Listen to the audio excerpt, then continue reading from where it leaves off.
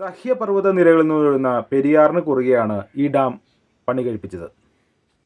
ഈ ഡാമിൽ വൈദ്യുത ഉൽപ്പാദനമില്ല. അതിന് പകരമായിട്ട് ജലസേചനത്തിന് വേണ്ടിയിട്ടാണ് ഈ ഡാം പണി കഴിപ്പിച്ചത്. അതുകൊണ്ട് തന്നെ ഈ പ്രദേശങ്ങളിലോട്ടുള്ള ജലസേചനം ഈ ഡാമിൽ നിന്നാണ് തുടങ്ങുന്നത്. വർഷകാലത്തിൽ ഈ ഭൂതത്താൻകെട്ട് ഡാമിൻ്റെ മുഴുവൻ ഷട്ടറുകളും തുറന്നു വയ്ക്കാറുണ്ട്. കാരണം ഇതിലൂടെ വരുന്ന ശക്തമായ നീരൊഴുക്ക് കാരണം ഈ പ്രാന്തപ്രദേശങ്ങളിൽ ഈ ജലം നിറയാൻ സാധ്യതയുള്ളതുകൊണ്ട് തന്നെ ഇതിൻ്റെ ഷട്ടറുകൾ പൂർണ്ണതോതിൽ ഉയർത്തിയാണ് വർഷകാലത്തിൽ വയ്ക്കാറുള്ളത്.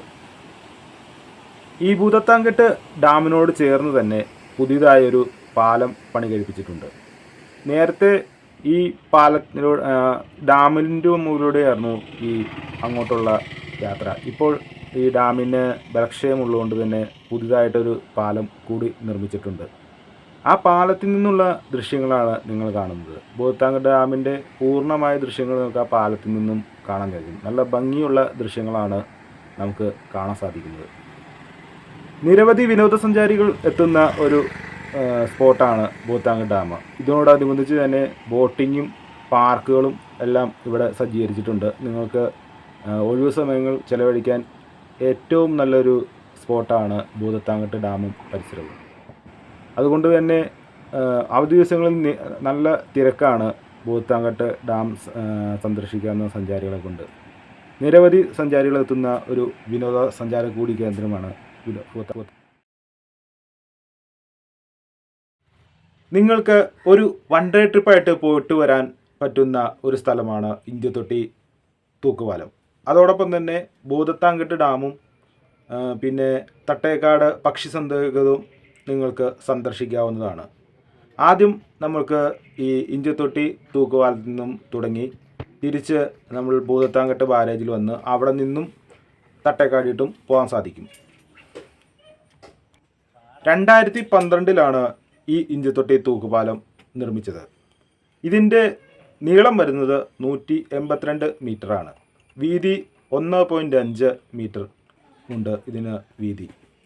ഈ തൂക്കുപാലത്തിലൂടെയുള്ള യാത്ര ചെറിയ സാഹസം നിറഞ്ഞതാണ്. കാരണം ഈ തൂക്കുപാലം യാത്ര ചെയ്യുന്നവർക്ക് ഒരു പുതിയ അനുഭവമാണ് സമ്മാനിക്കുന്നത്. ഇതിൻ്റെ ഹാങ് ചെയ്ത് കിടക്കുന്നതുകൊണ്ട് തന്നെ ചെറിയൊരു ഷേക്കിനുണ്ട്. അതുകൊണ്ട് തന്നെ ആദ്യമായിട്ട് വരുന്നവർക്ക് ഇതൊരു ചെറിയൊരു ഭയം ഉളവാക്കുന്നതാണ്.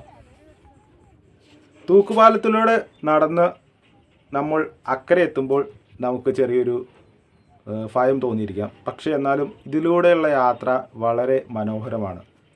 പെരിയാർ ഇങ്ങനെ നിറഞ്ഞ് കവിഞ്ഞ് കിടക്കുന്നു. അതിലൂടെ നമ്മൾ ഇങ്ങനെ ഒരു തൂക്കുപാലത്തിലൂടെ സഞ്ചരിക്കുന്നു. ഈ തൂക്കുപാലം അങ്ങോട്ട് ബന്ധിച്ചിരിക്കുന്ന ഇരുമ്പ് വടത്തിലാണ്. രണ്ട് കര തമ്മിൽ ഇരുമ്പ് വടത്തിൽ തൂക്കി അതിനകത്ത് ഹാങ് ചെയ്തിട്ടിരിക്കുന്നതാണ് ഇതിനെ ഹാങ്ങിങ് ബ്രിഡ്ജ് എന്ന് പറയുന്നത്.